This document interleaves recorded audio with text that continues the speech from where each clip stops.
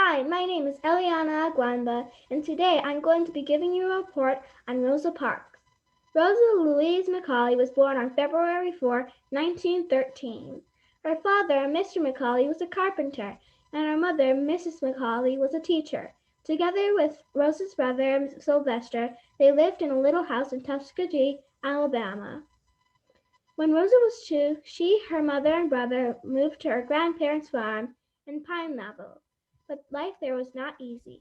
At the time, everything was segregated, which meant that things weren't going very smoothly for African Americans, and the Ku Klux Klan, a malicious group of people, only seemed to make it worse. The group tortured and even killed African Americans. Rosa's grandfather used to stand out on the porch to stand guard. Sometimes Rosa sat out with him. When Rosa was 6, she went to Pine Level Elementary.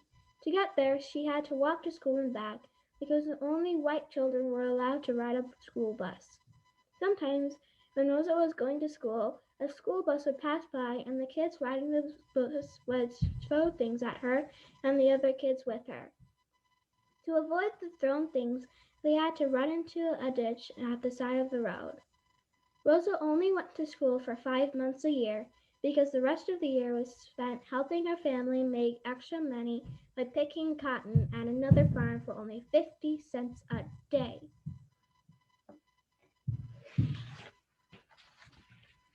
When Rosa was 11, she went to Miss White's school for girls.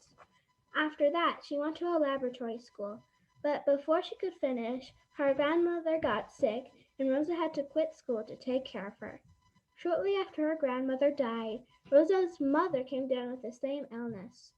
Rosa had to stay at home to take care of her. Her mother got better, but Rosa did not continue school. In 1931, a friend introduced Rosa to Raymond Parks, a local barber in Montgomery. Rosa was shy and refused to date him at first, but she liked his personality. Mrs. and Mr. Parks married on December 18, 1932.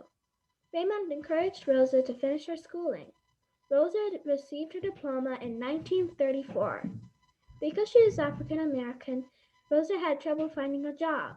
She finally found a job as a seamstress at a department store.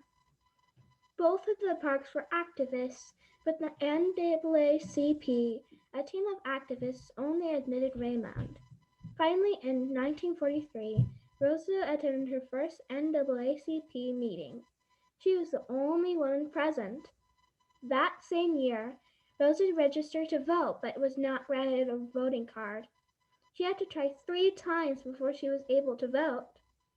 Rosa usually walked whenever she could, but she had to ride the bus to get to work.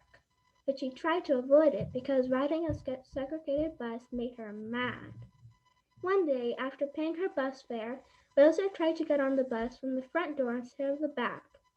When the bus driver realized what she was trying to do, he grabbed her by the waist, threw her off the bus, and drove off. From that time on, Rosa tried to avoid the bus driver who did that. Rosa wasn't the only African American to be arrested for not giving up her seat to a white person. Two girls, Claudette Colvin and Mary Louise Smith, did the same thing. Then, 9 months later, as Mrs. Parks was sitting on a bus, a white man boarded it. All those seats in the white section were taken. That meant that the man would have to sit in the colored row. The bus driver ordered all the people in the front seat of the colored row to stand up and give their seat. The people sitting next to Rosa stood up. Rosa just moved closer to the window. The bus driver asked Rosa if she was going to stand up. Rosa said no. The bus driver said he was going to have her arrested. After she got in jail, she called Raymond and told him what had happened. Raymond paid a fee so that he could take her home. That night, E. Dean Nixon came to see her.